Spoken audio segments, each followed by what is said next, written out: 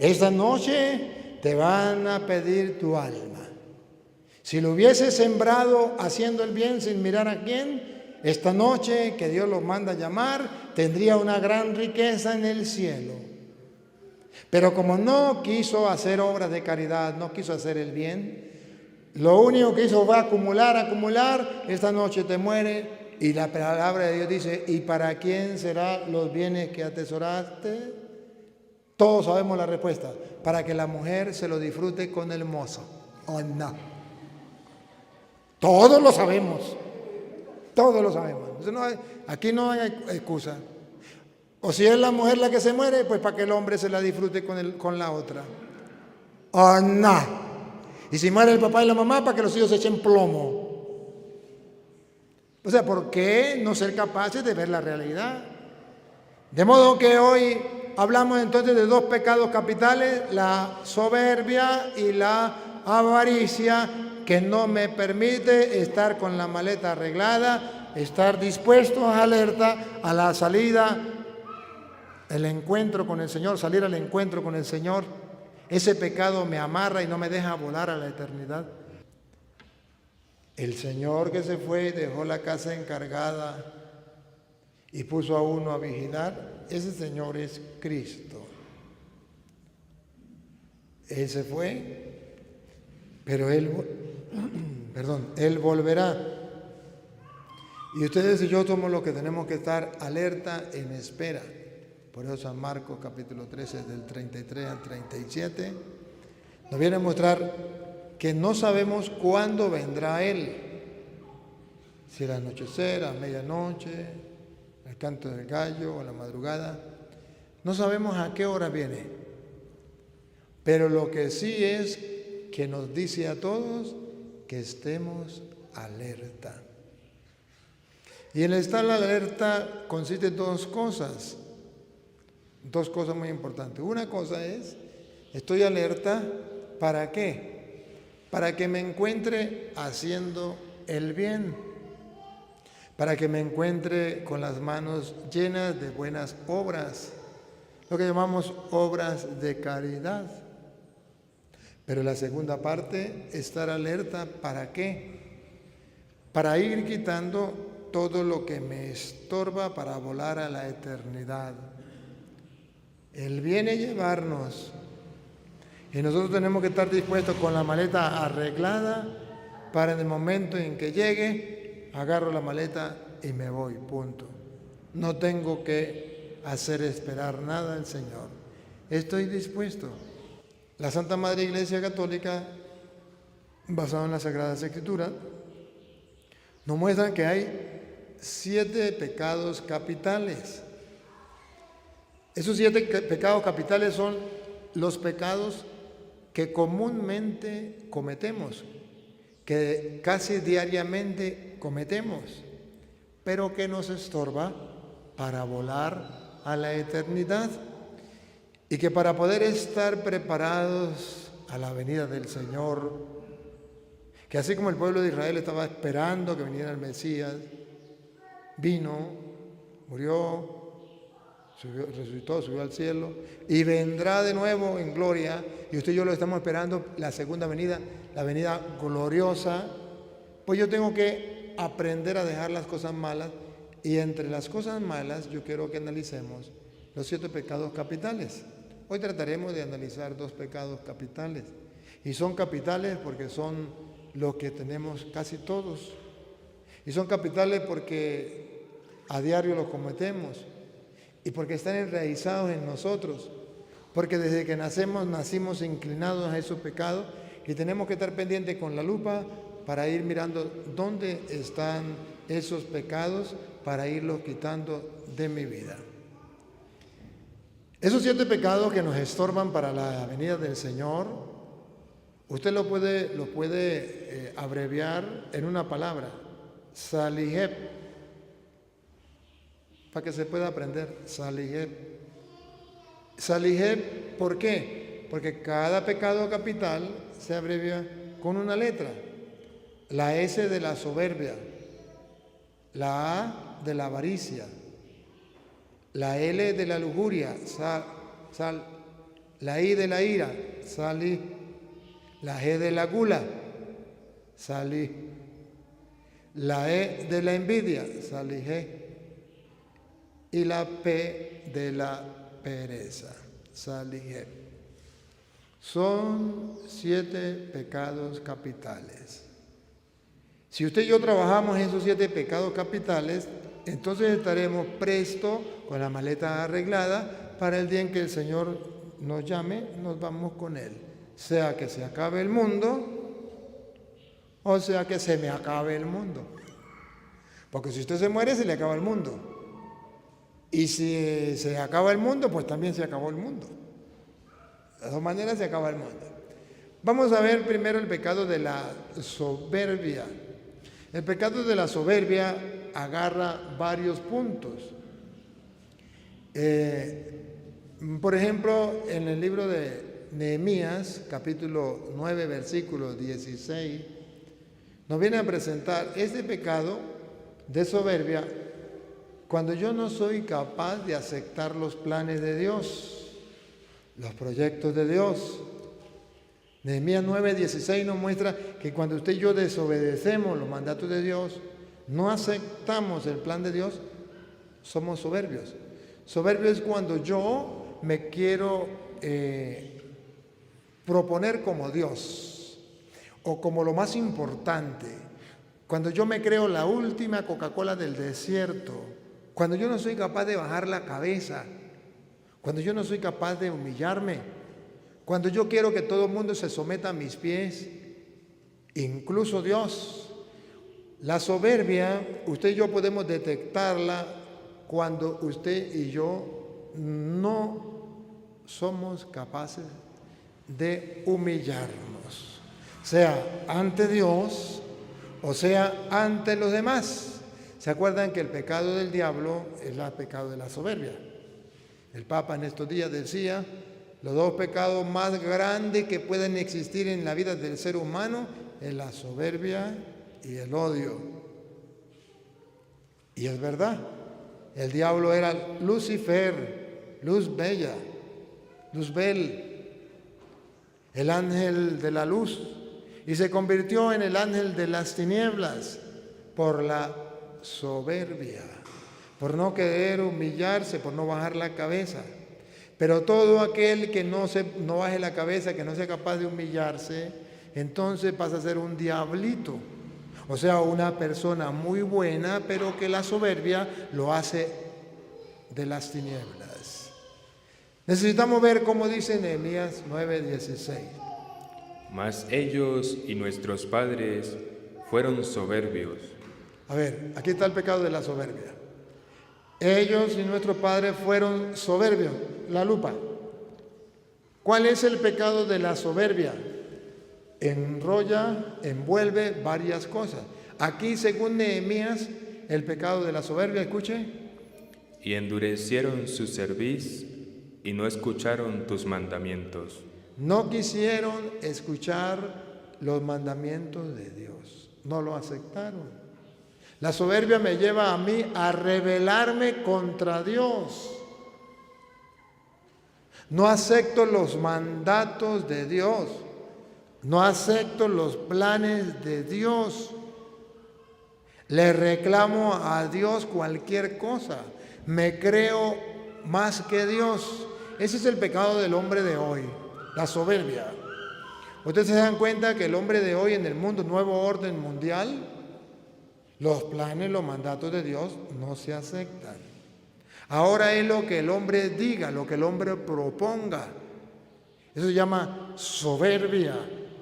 Quitamos los planes de Dios dentro de esa soberbia del mundo de hoy. Por ejemplo, Dios dice, no matarás. Y en ese no matarás significa no matar a los niños en el vientre de la madre. Pero la soberbia del hombre del siglo XXI, guiado por el nuevo orden mundial, dice, nosotros agarramos el poder y la autoridad que le corresponde a Dios, y si Dios dice no matarás, incluyendo al niño en el vientre de la madre, nosotros damos la orden de que sí se puede matar a un niño en el vientre de la madre. Eso se llama soberbia. Se quita la autoridad de Dios y se pone por encima de Dios. Eso es soberbia. Pero la soberbia no solamente engloba a la humanidad que va en contra de Dios. Dios dice, se unirá el hombre a su mujer y los dos serán uno solo. Y creceos y multiplicaos. La soberbia del hombre dice, pues nosotros somos más que Dios. Ahora no queremos obedecer eso. Escuchen todos los hombres. Ya usted no debe casarse con una mujer, ya tiene que casarse con otro hombre. Escuchen las mujeres. Usted ya no tiene que casarse con un hombre, usted puede casarse con otra mujer. Eso se llama soberbia. No aceptar el mandato de Dios y poner otros mandatos por encima de Dios. Eso le pasó al diablo. El diablo no se doblegó ante Dios. El diablo no fue capaz de rendirse ante la orden, ante el mandato de Dios para obedecer. Y dejó de ser luz bella, a pasar a ser el ángel de las tinieblas, de la oscuridad, el diablo, por el pecado de la soberbia.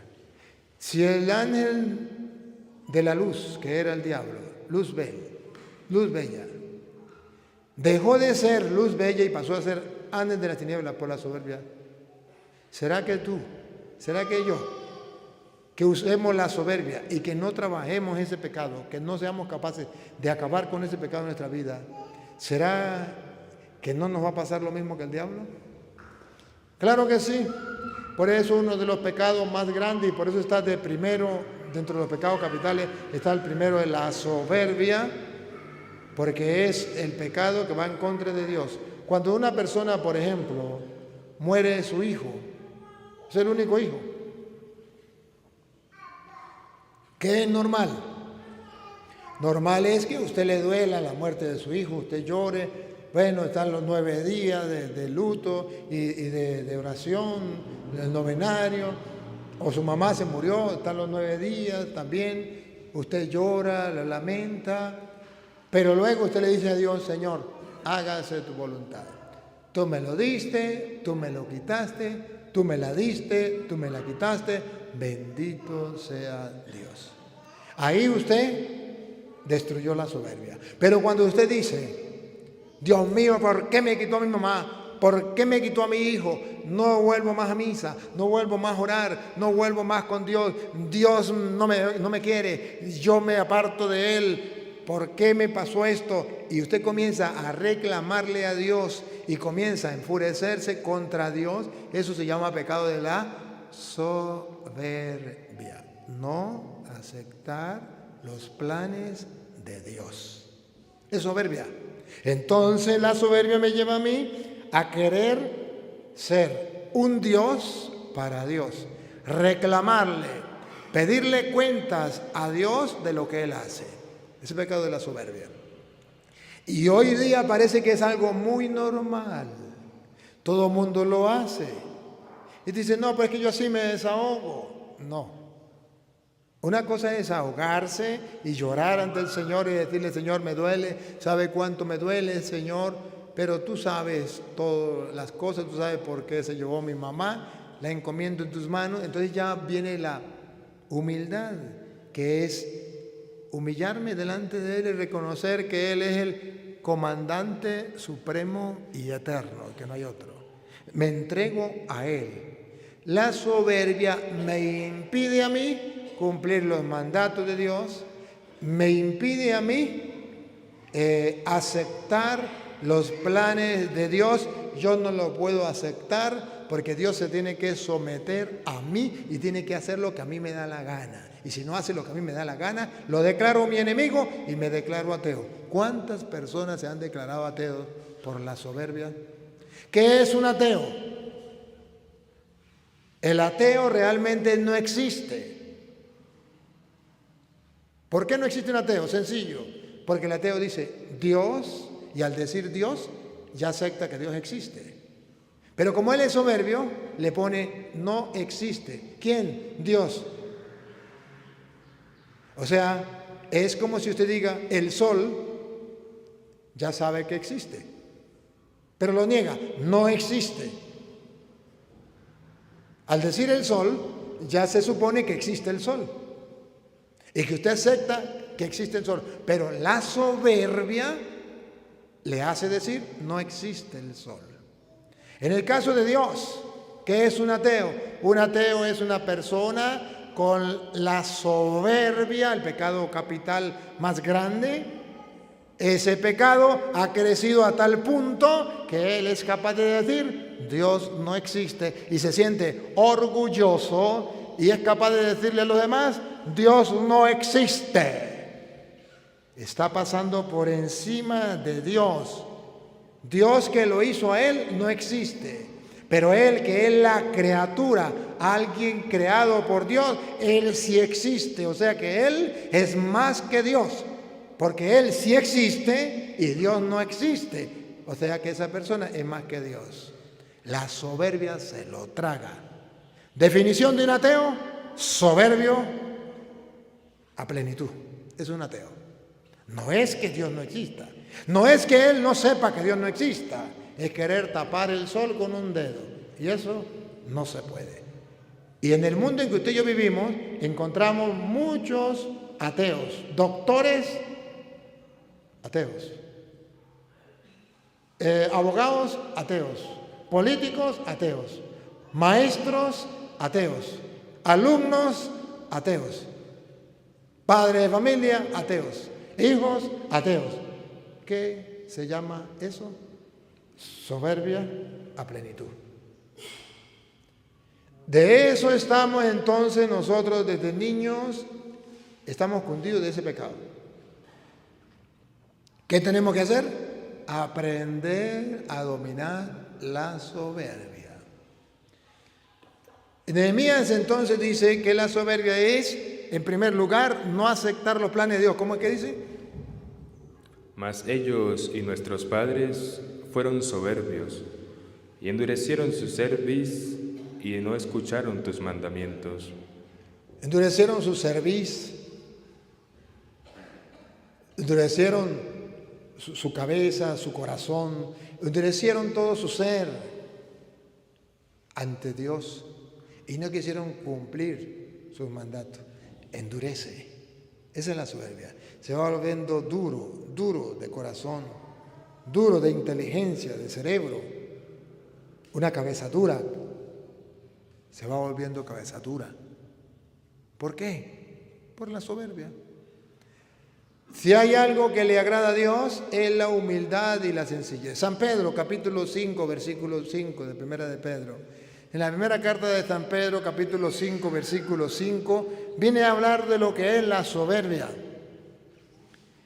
Pero ya en el punto más humano, en dirección al ser humano. La primera parte de la soberbia es en dirección a Dios. No acepto los planes de Dios. No acepto los mandamientos de Dios. Me rebelo como el diablo en contra de los mandamientos de Dios. Me rebelo contra los planes de Dios como el diablo lo hizo. Eso es soberbia. Pero ahora San Pedro viene a mostrar la segunda parte de la soberbia. Igualmente, jóvenes, estad sujetos a los ancianos. Estad sujetos a los ancianos. Y todos sumisos unos a otros. Y todos sumisos unos a otros. Revestidos de humildad, porque Dios resiste a los soberbios. Dios resiste a los soberbios. Y da gracia a los humildes. Entonces aquí está diciendo que una persona soberbia es aquella persona que no es capaz de doblegarse, que no es capaz de obedecer, que no es capaz de aprender a perder, de bajar la cabeza. Es un soberbio. Y todos, jóvenes y no jóvenes, pero aquí habla de los jóvenes, porque la soberbia se tiene que ir trabajando desde la juventud, ir dominando la soberbia desde la juventud, que es más fácil dominarla. Dice entonces que Dios resiste a los soberbios, pero a los humildes los enaltece. ¿Y quién es el soberbio? Según dice San Pedro, el soberbio es aquella persona que no es capaz de doblegarse, de bajar la cabeza, de obedecer. El que no es capaz de aprender a perder, el que no es capaz de saber la lección que perdiendo también se gana. El soberbio es aquel que no es capaz de callarse la boca, siempre tiene que defenderse. El soberbio es aquel que no aguanta una crítica, que no aguanta un insulto, que no aguanta una calumnia.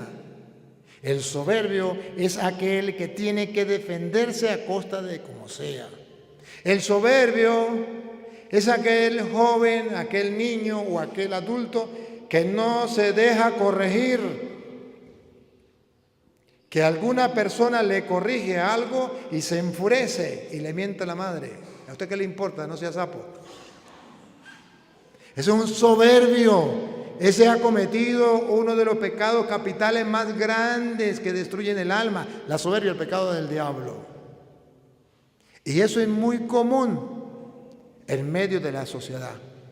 La gente no le gusta que le diga nada. Es un soberbio. Y dice la Biblia que ese soberbio será humillado, mientras que el humilde, lo contrario de la soberbia es la humildad. El humilde se calla la boca. Le dijeron hasta de qué mal se va a morir, se calla la boca. Le mentaron a la madre, no contesta nada. Lo corrigen, si es verdad lo que le están diciendo, entonces simplemente se corrige. Si es mentira lo que le están diciendo, no hay ningún problema. Es mentira, no hay problema. No se pone bravo, porque es mentira. Si es verdad, se corrige, no se pone bravo y agradece. Si es mentira, no se pone bravo. Es mentira, ¿por qué me va a poner bravo? Si usted quiere aprender a dominar la soberbia, escúchenme algo. No se moleste cuando alguien lo calumnie. La mejor manera, el mejor método que Dios usa para santificar a un soberbio es que venga alguien y levante una calumnia. Esa calumnia es para que el soberbio aprenda a dominar la soberbia y aprenda a ser humilde y ser santo. Es el único método para hacer santo un soberbio, que lo humillen, que lo calumnien, que lo difamen, que lo rayen, que hablen mal de él, que lo malpongan, que le hagan la guerra. Así el soberbio aprende a ser santo si baja la cabeza. Si no baja la cabeza y comienza a defenderse, y comienza a insultar, y comienza, porque conmigo no se pueden meter, porque el que se meta conmigo, pues ahí me va a encontrar. Yo de por las buenas soy muy bueno, pero de por las malas soy muy malo. Ese soberbio nunca podrá ser santo. Y en el tiempo de Adviento, la Biblia nos dice que tenemos que estar preparados en la espera del Señor, pero no podemos estar esperando al Señor cargado de soberbia. Es necesario limpiar el alma de la soberbia.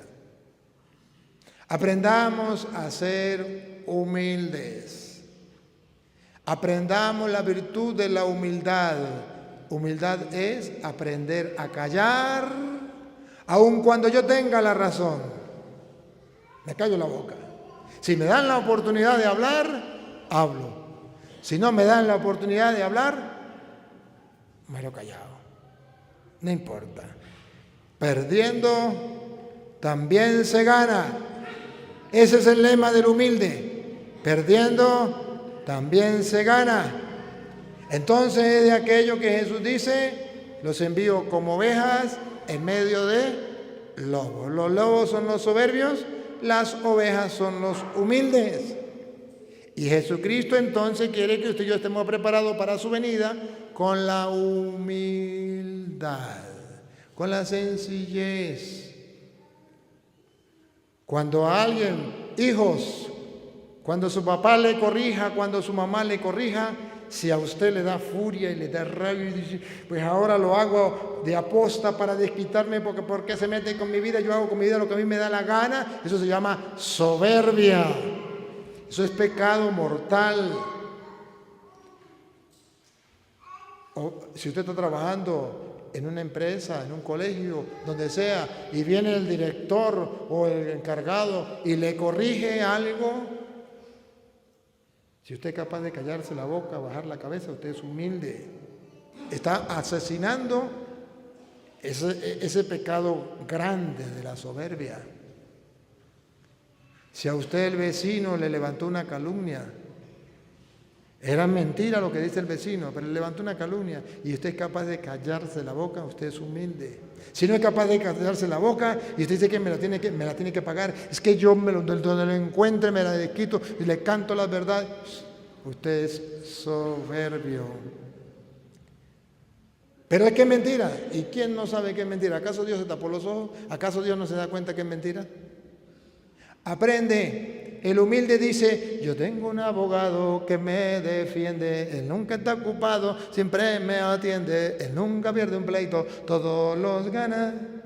¿Quieres saber su nombre? Jesús se llama. Si quieres saber su nombre, Jesús se llama. Eso lo dice el humilde. Dios peleará por mi favor. A mi favor peleará Dios. Entonces, aprendamos a cultivar la humildad. La soberbia es, yo no me dejo de nadie.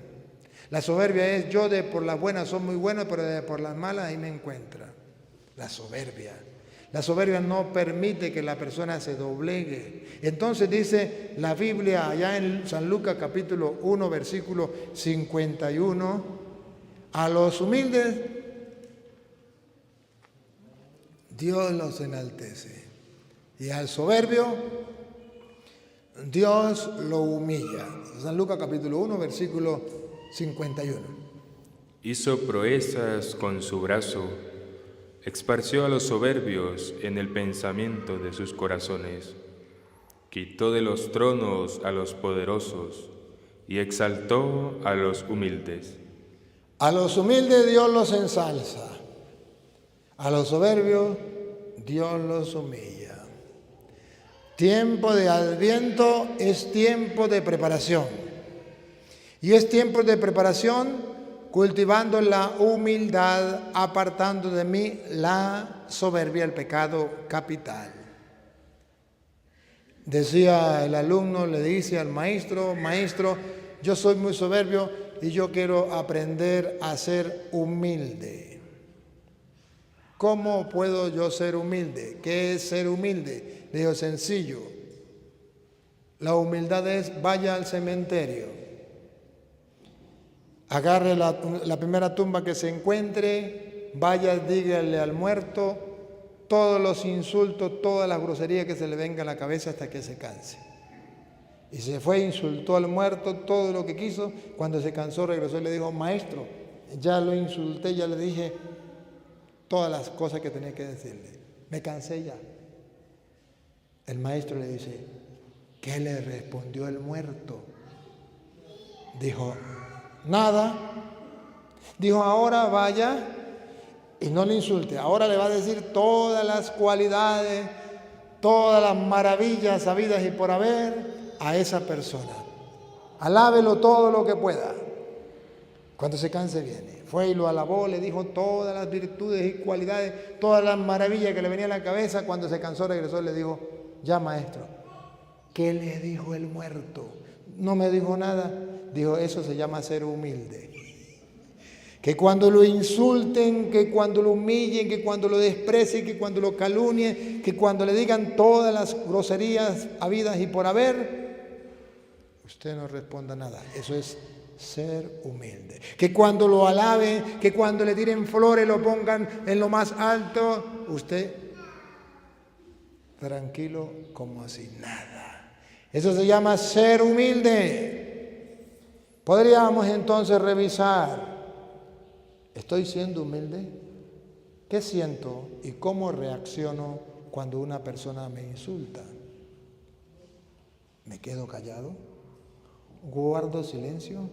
¿O le duplico el insulto? Recuerden, el hombre más humilde que pisó esta tierra se llama Jesús de Nazaret. Y de él se dice que como cordero llevado al matadero enmudecía y no abría la boca ante los insultos, salivazos, golpes, y lo mataron y no abrió la boca para insultar a nadie. Cuando abrió la boca dijo: perdónalos, Padre, porque no saben lo que hacen. El hombre más humilde que ha pisado esta tierra se llama Jesús de Nazaret. El más soberbio es el diablo. Usted verá a quién quiere seguir. Estamos esperando a Jesús. Él viene. Los humildes serán enaltecidos, los soberbios serán humillados. Les invito entonces a que revise hoy delante de Dios si está haciendo ejercicios de humildad. Si nunca lo ha hecho, comience a hacer ejercicios de humildad. Cuando alguien lo insulte, no te molestes. En el momento vas a sentir rabia, respira profundo y diga: estoy matando la soberbia. Tengo que cultivar la virtud de la humildad.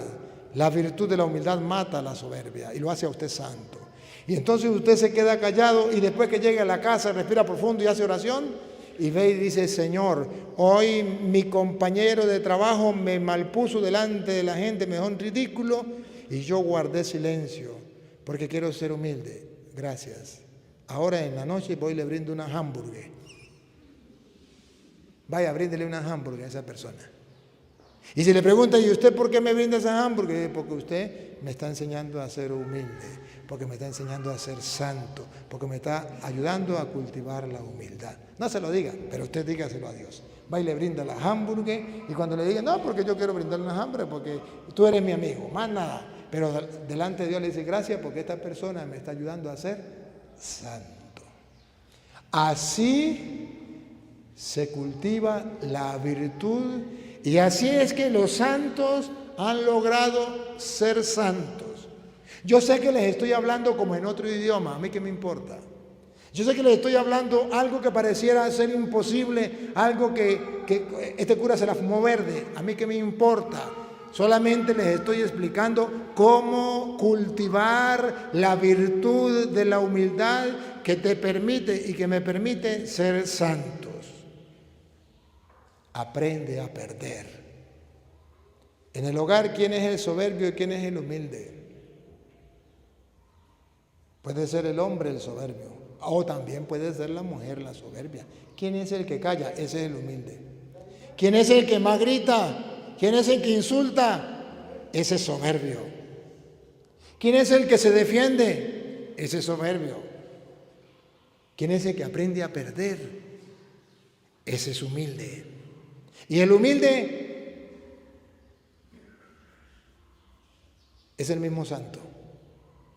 Y el soberbio es el mismo diablito. Es un diablo. Necesitamos, queridos hermanos, que nos tomemos en serio cultivar las virtudes en nosotros. Y voy a tocar el segundo pecado es la avaricia. ¿Se acuerda que es los pecados capitales Saliheb? S-A. La segunda sería A de avaricia. Y la avaricia está expuesta allá en San Lucas capítulo 12, versículo 13, donde Jesús dice que nos cuidemos de la avaricia. La avaricia es un pecado que no me permite a mí estar preparado para el encuentro con el Señor. Y aquí al ver la avaricia, entonces nos vamos a dar cuenta si ese pecado está reinando en nosotros o si ese pecado ya lo hemos destruido en nosotros. Escucha al maestro hablar de la avaricia. Le dijo uno de la multitud: Maestro, di a mi hermano que parta conmigo la herencia. Mas él le dijo: Hombre, ¿quién me ha puesto sobre vosotros como juez o partidor? Escuchen lo que viene. Y les dijo: Mirad y guardaos de toda avaricia. Cuidado con la avaricia. Guardados de toda avaricia. Entonces aquí está diciendo Jesús que la avaricia lleva a pelear a los hermanos por herencia, sobre todo ahí se deja ver mucho la avaricia. La avaricia es ser avaro. Avaro es querer todo para mí. Avaro es querer yo tener, acumular, y el otro que se lo coma el tigre.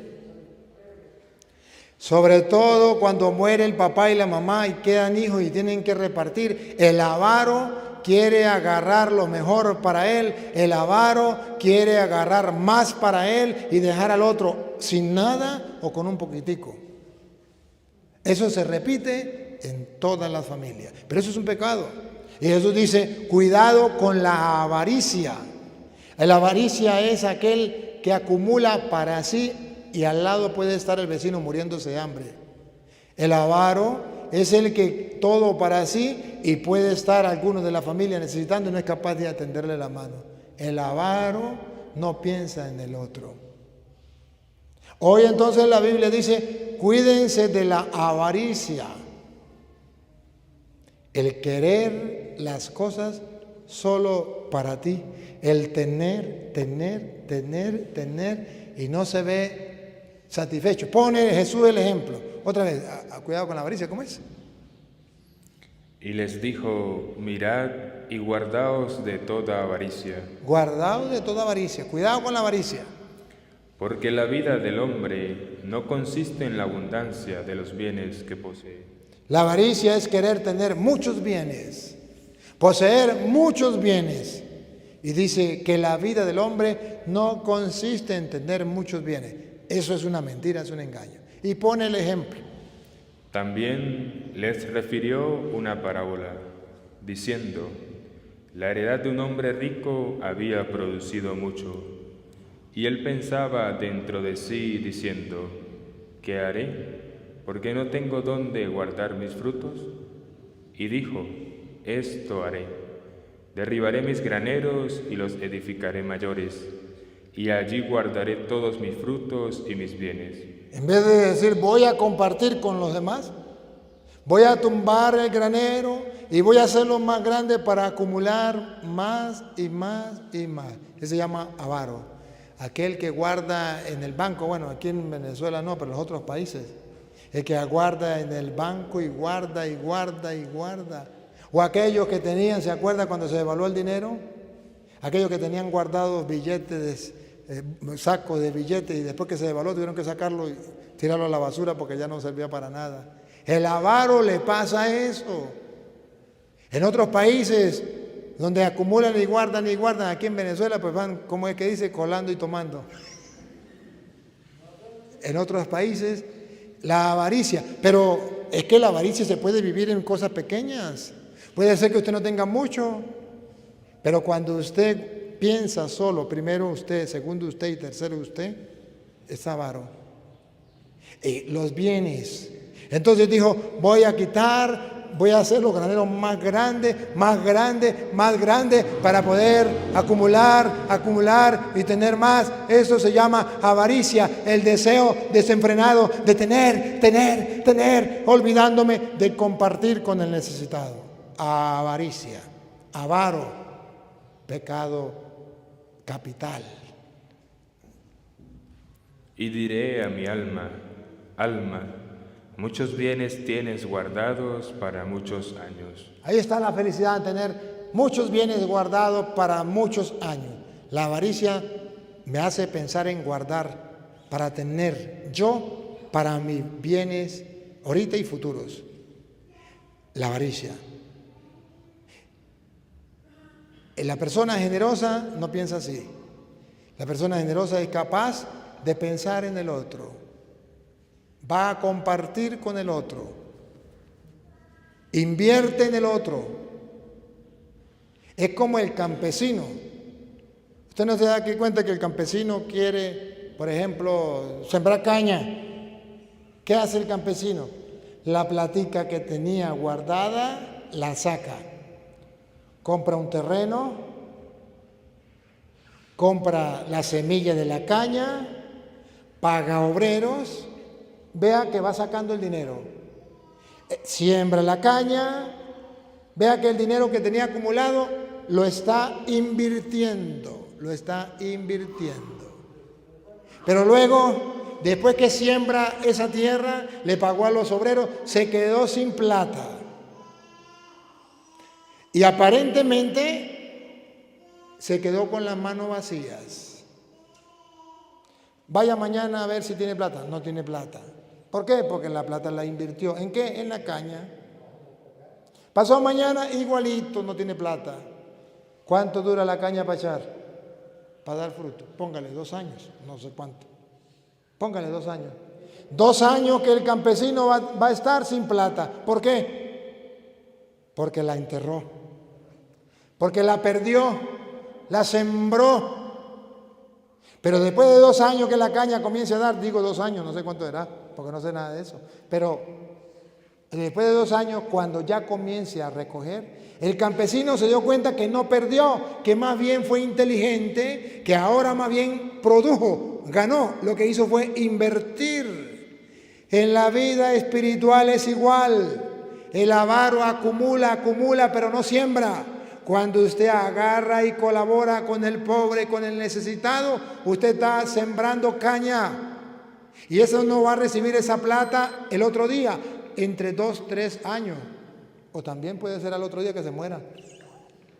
Y ya comienza a recoger lo que hoy sembró.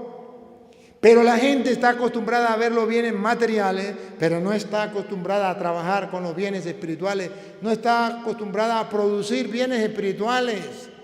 La gente está cegada simplemente como en este mundo, el rico pensaba en acumular y acumular. ¿Y qué pasó con este rico? Repósate, come, bebe, regocíjate. Pero Dios le dijo: necio, esta noche vienen a pedirte tu alma, y lo que has provisto, ¿de quién será? Esta noche te van a pedir tu alma. Si lo hubiese sembrado haciendo el bien sin mirar a quién, esta noche que Dios los manda a llamar, tendría una gran riqueza en el cielo.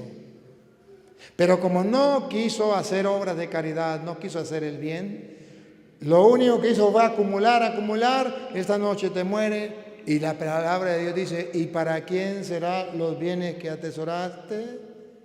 Todos sabemos la respuesta: para que la mujer se lo disfrute con el mozo. ¿O no?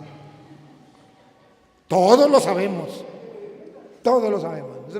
Aquí no hay excusa. O si es la mujer la que se muere, pues para que el hombre se la disfrute con la otra. ¿O no? Y si muere el papá y la mamá, para que los hijos se echen plomo. O sea, ¿por qué no ser capaces de ver la realidad?